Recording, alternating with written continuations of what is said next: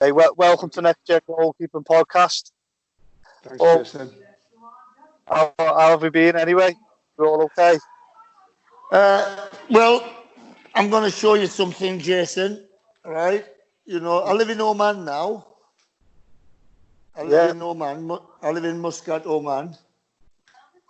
And people ask me why don't you come back to England, Jason? Right?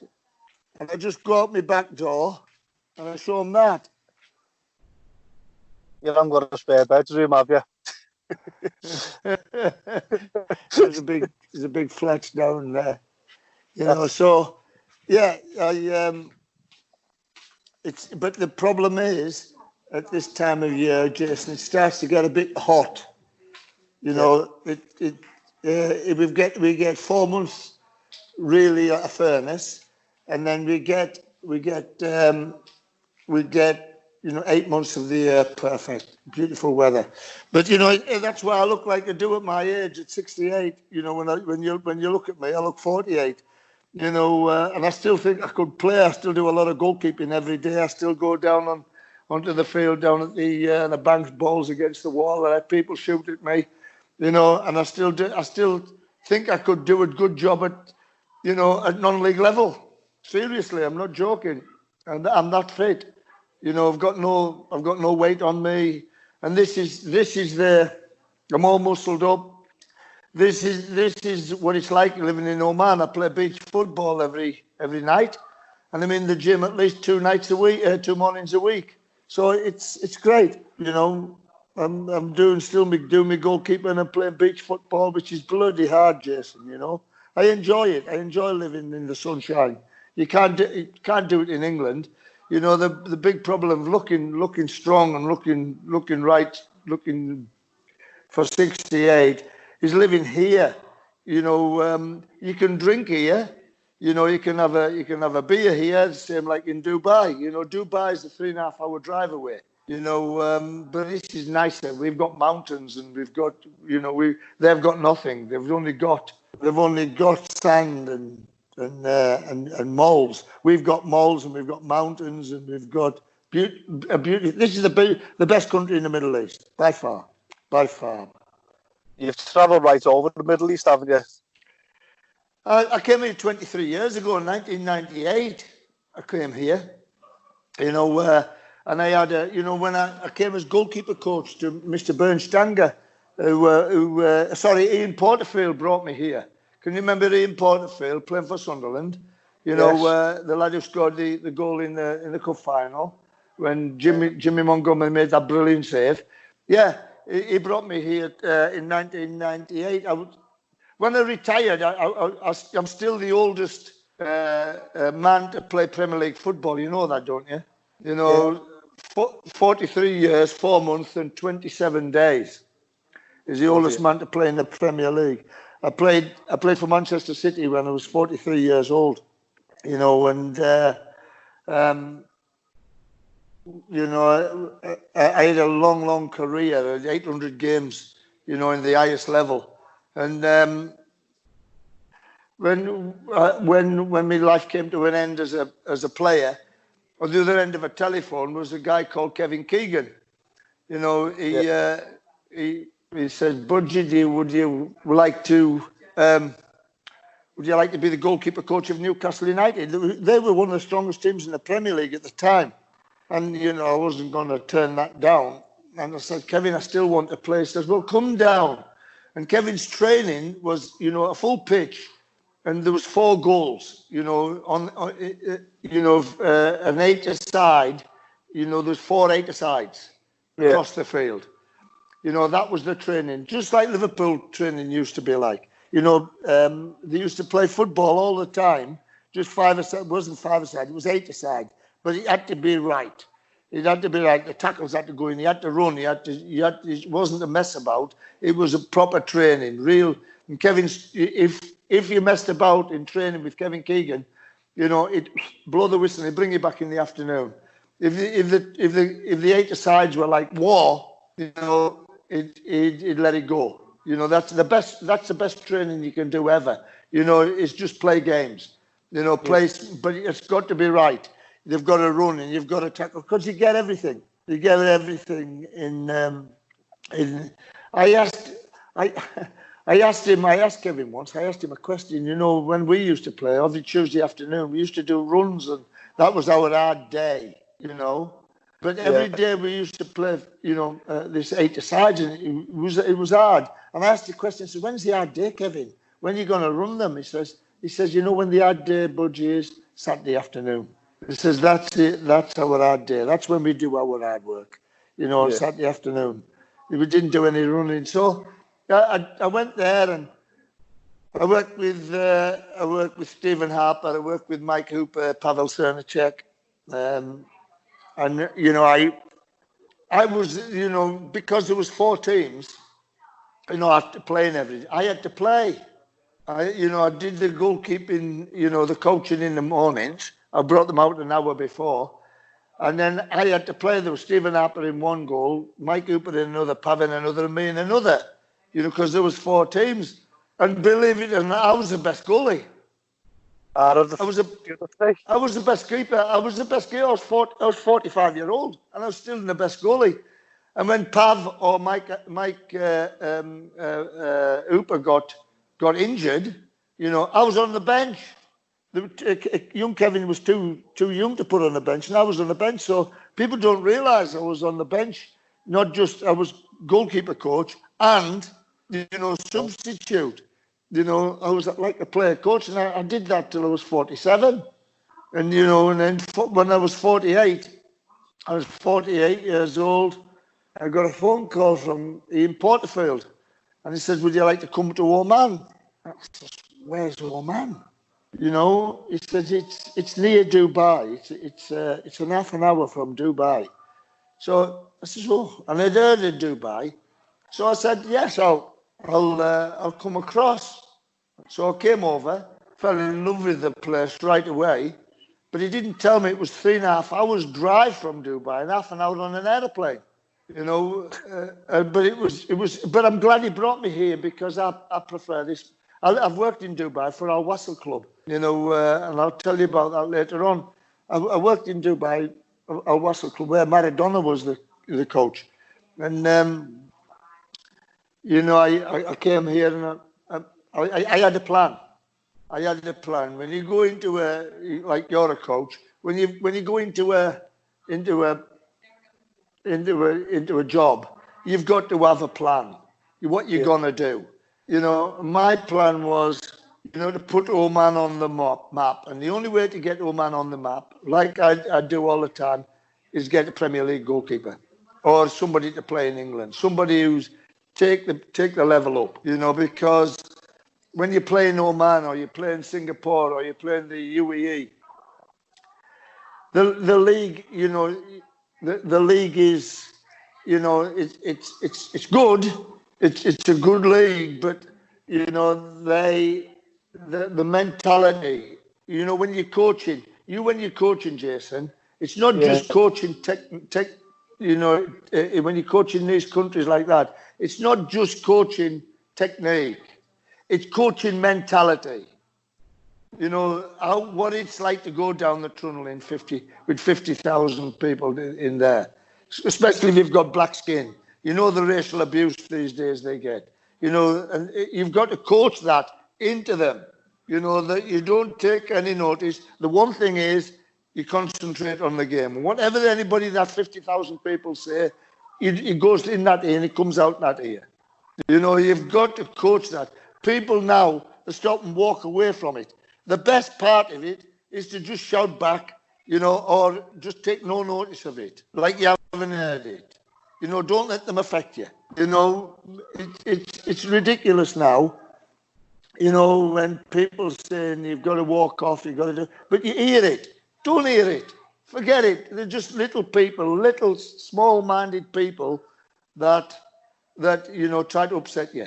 You know, so you've got to coach that. It's not just that. There's millions of things. I don't look when I'm coaching, Jason. I don't look for the best goalkeeper, the best. I look for the best mentality. Can he learn? Can he go? Can he Can he do it? Can he be in? You know, you look at people like Brian Robson, Roy Keane, post goals. They're not the best players in the world, but unbelievable mentalities. You get so many lads, you know, and people nowadays, these days, they look at the lad and think, oh, he's a good player, oh, he's a good player. You know, and then he fades out because he hasn't got the mentality. The mentality, the brain, he wants to improve. And there's a lot more, what's the word? There's a lot more things to football than talent. You know, can you defend? Can you win a game? Are you a leader? The stats, you know, people these days, people live on stats. You know, people, you know, like, I look at Modric, you know, for instance. He never gives the ball, you know, he never gives the ball away, but he never opens the door. You know, you look at, he never opens the door, he never gets any assists, and he never scores any goals. He never gives the ball away. He sits in the midfield, and he's quite happy to pass it back and pass it square, pass it back and pass it square. And I think, you know, because there's a machine up there these days, you know, telling you he's giving the ball away. You know, his ball retention's not very good. You see, you look at Lionel Messi. You know, Lionel Messi gives the ball away more than any other person in football. You know, he'll try a pass which is unbelievable, and he gets cut out. That's registered.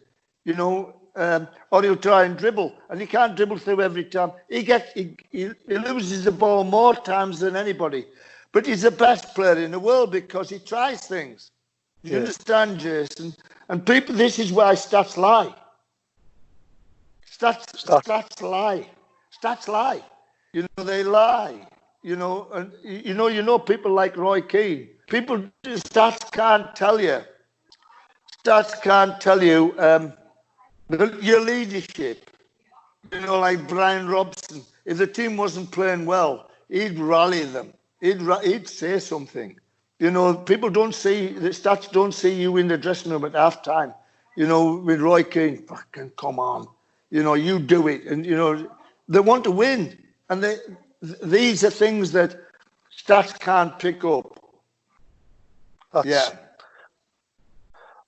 Can we go back to where we started your career, right at the beginning? With Workington. What was it like? What was it like playing for them?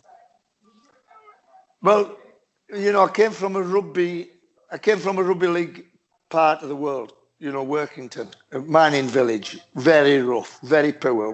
We had nought. We had absolutely nothing. I was brought up rough. I wasn't going to be a brain surgeon, that's for sure. You know, at school, you know, for sure. But I was a damn good rugby player. My dad was a rugby fanatic. He was also a drink fanatic as well. It was worked down the village pit, you know. So I was brought up in the village pit. I was going down the pit, you know, working with my dad, crosscut sawing logs because we had no money to sell, you know. And I became big. You know, my shoulders were, you know, I was a man at 15. And, you know, when I was playing for the school at rugby, I could batter anybody, you know. You know, I had that power because of my dad making me shovel coal, you know, since I was 10 years old. And for 5 years doing that, you become, you see, people don't realise that nowadays these football players are all muscled up, going to the gym. You know, before that, Jason, you know, the hard boys of this world was the builders, labourers. Before there was gyms, there was no gyms in them days. You know, there wasn't any gyms in the 70s. You know, you had to work. You had to shovel coal and crosscut saw, and that's what made you big, and that's what made you hard and strong. You know, so you know, I was playing for the school at football and rugby one week, and I was that good. You know, when I was 13, I was playing for the under-15s football. And 14, under 14s, I was still playing under 15s, and I was still in the town team. I was still in the working district team. You know, all the schools in Workington. And then we played, you know, we'd play Lancaster boys or Oldham boys or Manchester boys, you know. And I got into the Cumberland team, you know, into the like we played Lancashire, all of Lancashire, all of like Liverpool, Manchester lads. You know, and you know we played Lancashire at Brunton Park, Carlisle, and I had a stormer. You know, it was a 0-0 draw against Lancashire, and you know these people. There was no phones or mobile phones in them days. There was address. You know, give me address. So I was 38 Concrete Terrace, 38 Concrete Terrace. People were asking, scouts were asking. And then I got letters. My mum got letters, you know, from Stoke City, Wolverhampton Wanderers. You know, we want your boy to come, you know, and join us. You know, at Stoke City on apprentice professional, you know, forms. And representative came from Stoke and he came down our backyard and my dad told him to fuck off. My dad said, piss off. You know, when he I was going to get £10 a week, you know, in the pit, and £10 a week to play for. So it was £20 a week I was going to earn in 1973 or 4. You know, playing rugby for Workington Town, and working down the pit. I only had to train, and they were offering all of the apprentice professional wages in them days was £5 a week. You know, and that was paid by the FA. You know, for the up and coming lads. And they asked me, how much you're going to give me, my lad? And I said, £5 a week. My dad said, piss off. You're not getting it. You know, he's going down the pit, 20 quid a week, you know, and playing rugby. You know, his dad just chucked him out, basically. Wolves came, and I was like, I was crying. You know, I wanted to be a player. I wanted to be a football player. And I told my mum, I said to my mum, God bless her, I said, Mum, I want to be a player. I don't want to play rugby. I don't want to go down the pit. And she went to him, and them are the days, Jason, where women were women. You know, you said anything to a man as, you know, be a swilling miner, and you got a backhander, you know. Yeah. My man was in charge of the house in that era. And God bless me, Mum. I thank her every night in my prayer. She went to him, she says, give him a chance, Jim. So he brought me in, he says, you've got a year. I remember, I'm 16 years old. He says, you've got a year. So I signed for Workington for a year, you know, and I was playing in the reserves, and I was waiting at the top of the main road at the village one day for the bus to come. We were playing Sunderland away at Roker Park. And I was waiting for the reserve team bus to come through. And then the manager's car, you know, Brian Doyle's car came. He says, get in. I says, boss, I'm waiting for the bus. He says, get in my car. So I got in my car, and he turned around, he says, you're not playing the reserves today, son. You're playing for the first team. I was 16, you know. Yeah, that's young. I was 16. I says, well, what's happened to Mike? You know, Mike Rogan. He says, he's broke his ankle, you're playing. You twist his ankle, you're playing. I thought, oh, bloody hell. So I was, you know, I got into the Billy Watson's, where I used to sit down in the boiler house every day at my job as apprentice professional. I got the kit out, I made the kit ready, put the boots round. I helped him mark the field. And, you know, I was playing the first team, you know, in an hour or two. I went and got a pasty for my pre-match meal, you know, at the local shop, you know, and a cup of tea with Billy Watson, the groundsman. I put the kit out. The lads started coming in at about 2 o'clock, you know, 3 o'clock kick-off. The crowd started coming in. There was 11,000 people in Borough Park then, you know, in the 4th Division. And I went out and I did all right. You know, I didn't have the best games. You know, the first goal was my fault. There was a near post cross and I've come. And, you know, there was a big lad called Darcy in the near post. I'd seen what professional football was all about then. when I had Tommy Spencer. Shouting at me. You bloody smash him in the face, you bloody coward, you shitbag. And I got into, it's not like it is now, like you can't say these words. Like the centre back, I'm 16 years old, and our centre back, is shouting, he's pointing at me, and I'm lying on the ground. We 1-0 down, 11,000 crowd on my back, for not challenging strong enough. Half time, the manager's at me like, I can smash him and break his jaw, Budgie, And I thought, wow, this is professional football. When their salaries, their monies depending, to spend to pay the mortgages, to send the kids to school, to feed the families, that is professional football. And we won it 3-2. We won the game 3-2. So I won my first game. So there wasn't very much at the end of the game. But the papers next day, I realised what I was in. Professional football again. It's even worse. Now. I be on social media. In the papers. Let's play Oldham at Boundary Park on Tuesday. They've got Jim Fryatt. He'll murder Burridge. He can't play Burridge. He's got to bring somebody else on loan, or he's got to sign another goalkeeper. What was that like seeing that as a 16-year-old kid? Was that tough? Oh, well, because of me bringing up, I could handle it.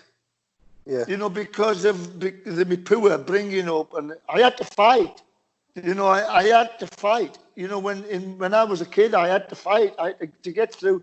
There was, when people were bullying you, you didn't go to his teacher and report him. You just give him a smack. Yeah. When you were at school and the people would try to take things from you, if you didn't keep them and you threw out, you hit him first. There was a rule: hit him first before he can start. If there's a fight, hit him first. Knock him out first before he can start. Is that big? I was going down the bus on Tuesday to play Oldham at Boundary Park, and I thought to myself, they were telling me about. I'd never seen Jim Fryatt. He had a bald head when I seen him. He was a big, stocky lad, and I'd heard about him. Through the papers, and he was going to murder me. Apparently, he was going, and I'd made up my mind because of me bringing up. I am gonna flipping die for this. Even if he kills me, he can break my arm, he can split my head open. I'm gonna kill him. I'm gonna throw myself, and I did. I threw myself into him every time, every cross I came for. And I threw myself, and his elbows were on me, my nose was bleeding, my eyes, were blue. But we won it 1-0. And everybody's, well done, Budgie lad, well done, great. And we were on our way back, back to Workington. And then after that, my confidence came. I was like 17 and a half now. I'd played 34 straight games. When Mike was fit, he couldn't get back in. And, I was still on £5 a week, nearly at the end of my year, as my dad gave us. And I thought, what am I going to do at the end of this, contract? What are they going to sign me on? Blah, blah, blah. Well, the trainer came in, and I was, when the lads came in, there was like 24 lads, and I had to wash the kit, I had to clean the boots, I had to look after them all, as well as playing the first team. The trainer says, Budgie, the manager wants to see you. And I said, why would you want? I'm busy. He wants to see you. And I was thinking, did I play bad on Saturday? Is he going to leave me? I've come in. He said, sit down. He said, son, I'm selling you to Blackpool. Right? I'm selling you to Blackpool. £125,000. I'll pick you up. I'll pick you up tomorrow morning at 8 o'clock, and I'm taking you. Right? I was on £5 a week. My mum got £4. I got £1. Yeah. I've got £1. And I says, I can't, boss. My mum gets £4 a week. It keeps the family, you know. He says, I'll take you home tonight, you know, and I'll speak to your mum. So he took me home to our house, and he says, Greta, John's told him about your £4 and blah, blah, blah. And my dad had died now, you know, my dad had died. And I said, okay. You know, your mum said, don't worry, I'll sort everything out for you, Greta. You know, so I got in the car on Tuesday morning, and I got there in Blackpool, and I sat outside Bob Stokoe's office while, you know, Brian Doyle and Bob Stokoe done the deal. So after about an hour or two, come in, Budgie, you know. So I come in, I sat down, and he said, John, we want to sign you on a 4-year contract. You know, you'll be playing against Everton on Saturday, you know, in the first division, and your salary will be £100 a week. Remember, I'm on £5 a week. Yeah, that's a big jump. You'll be on. He says you'll be on £100 a week. I went, oh, what? He says £50 appearance if you play in the first team. Wow. £100 a week if you win the game. I'm not thinking, I'm on £5 a week, remember. I says, you know, he says, I get £250 a week if I play in your first team, if I win. Well, John, he said, he'll be £350, it'll be £400 a week if you win both games on Tuesday. If you play twice and you win, if the appearance money and you winners. And on top of that, we'll give you £5,000 in cash. Wow. £5,000 is there. I could buy a car, buy a house. You know. So I said, and you know, I had, you know, I'm worried back in my mind, Jason. You know what was going on in back of my mind? What was it? Going, but I'm going to tell you what was going in back of my mind. My mum, you know, a £4. I said, Mr. Stokoe, my mum gets £4 from me every week, you know, to keep the family. And remember, there was no house phones, there was no telephones in them days. He says, give us your telephone number. I said, I haven't got a telephone number. So I rung the local pub, the Queen's Head, the village pub. It was the only telephone in the village. So I rang it, and somebody came down to get into 38 Concrete Terrace and brought my mum up, the first time my mum had ever been in a pub. And my mum says, hello, Mr. Stokoe. She says, yes, I'm signing your lad for 4 years. He's told me about your £4. He says, I will send you £40 a week, £40 a month in an envelope myself. You'll have £10 a week. Well, my mum went so quiet. I think she fainted. You know, she was, you know, it had gone up. I could have asked for anything, and he would have given it. You know, so that was me bringing up. That was my first one before the first, and then I signed a 4-year contract to Blackpool, and you know it didn't. You know, then my trouble started. You know, because I went out and I spent £1,000 on a Lotus Europa. George Best had one. I was just doing my test, and I bought myself a little apartment, 4,000. I spent it all. I blew it out. I bought myself an apartment, cash, you know, which was ridiculous in them days, you know, and I had a Lotus Europa, you know. So you were rolling with George Best on the same sort of car. Exactly. And that was where my trouble started, Jason. That's where I started to learn, because I remember I was living in Blackpool. And, that night, that night when I played, I went and played in my first game at Everton, and Jason, I had an absolute stormer.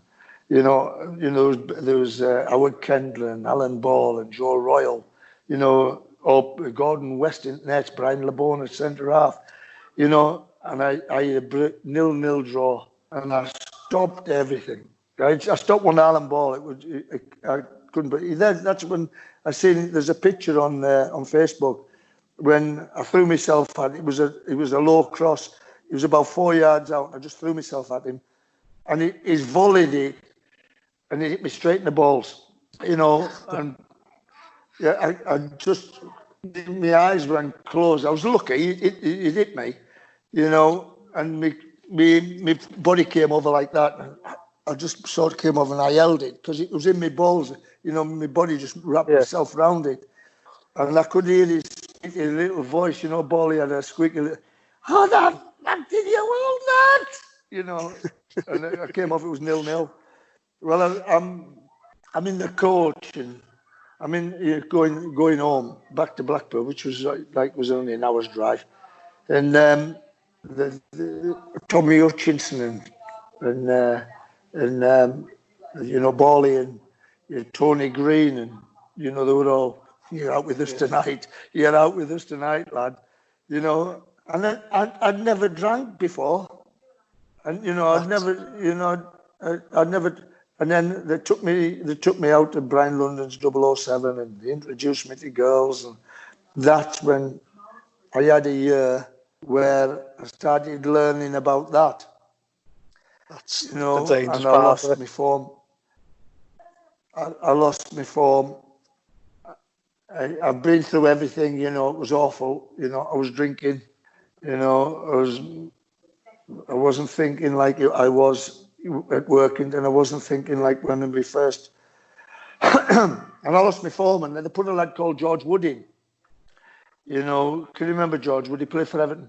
Yeah. The big goalkeeper, Did you expect to be dropped around that time, or? Yeah, well, you can't drink, you can't, I'll tell kids now, you cannot drink and you cannot go out and you've got to be dedicated, you've got to be thinking about it all, and this is what learning process, Jason, process again, been through it, been there, done that, I had 9 months of, women, nice car. Bob Stokoe told me to get rid of my car. He says, if you don't get rid of it, you'll never play another game. I got rid of the lunch roper and that. I bought a Capri 2000 GT, which was just as good, And I had to fight back, and I had a word with myself, and I just stopped it. I stopped the going out. I stopped them going down to the nightclubs, and I became Mr. Dedication, what I am now. It took me a year of learning, and I stopped it, and I started going to the gyms at night. I started, building myself up, and I eventually got back into the first team and started playing brilliantly for Blackpool. And then, it all went that way because Villa came in, Villa bought me, and then Crystal Palace bought me, and then clubs. I didn't have any, because I was Mr. Dedication. Then I was, that's why I went on so long, because I love football so much. You know what I'm saying? Yeah. I became Mr. Dedication. But I had to go through that learning process of being a poor lad made good. Well, after that year's probably made you what you was today, really, with the career you had. We have to learn, Jason. It's like everything else. When you have experience in life, I can't do it. I can't do a doctor's job because he's been through everything. Everything, every job in the world, bank managers, blah blah, policeman, anything. You've got to have experience of doing it. You've got to have done it and made the mistake, and then then you know how to correct it. You know, and then you've got to have the strong mind to correct it and know what you're doing wrong. That's the only way. That's in life, not just football. You've got to do exactly to get to be better at it. Yeah, you've got to do the job. You know, my son came to you know, to Oman, and he started on the oil rigs. And you know, he was like 16 or 17 years old. You know, going on the oil rigs, and he went on first. He went on the oil rigs first, and he said, "Dad, they're a death trap." There used to be somebody looking after him. Now he's the country manager of Libya, you know, for Weatherford's oil company. Yeah, you know, he lives in Barbados now, all married. But like I said, he says I nearly got killed. You see so many people lose fingers and hands on oil rigs, you know. This is the death traps, Dad. You know, but he had to do 5 years on the rig, pulling chains and getting his arm ripped off sometimes, you know. That's what it's like. Experience. You know? That's it. Life experiences. Yeah. Well, who was the best player you've ever played against, John? The best player I ever played with? Oh dear Lord. There's lots of stories. Andy Gray was phenomenal striker. A phenomenal striker. Really good. Oh, for the lad who's like 5'10" years, not a big lad, and not a big lad in his shoulders, he was very strong. And he was fearless. He threw himself into everything. The guy, Andy Gray, Alan Shearer. I played in Alan Shearer's debut. I played in his debut at Southampton. He scored a hat-trick in his debut, you know, against the Arsenal. Kenny Sanson. You know, I was having a lot of hard times at the moment. At Kenny Sanson, when I was at Crystal Palace, he talked about playing out of the back. You know, Crystal Palace in 1979 were playing out. It's not new. They were playing out of the back then. When I got the ball at Crystal Palace, you know, Kenny Sanson was stood 10 yards away from me. Left full-back. Give me the ball. I said, you can't have that fucking ball there, Kenny. You know, there's strikers 10 yards away from him, like they do now, you know. Give me the ball. I said, Kenny, I'm not giving it there. And I fucking kicked it upfield. I smashed it up the field, and he when we lost it, he's coming back and his fingers are going like that. Give me that ball. So, you know, I got it again, second ball.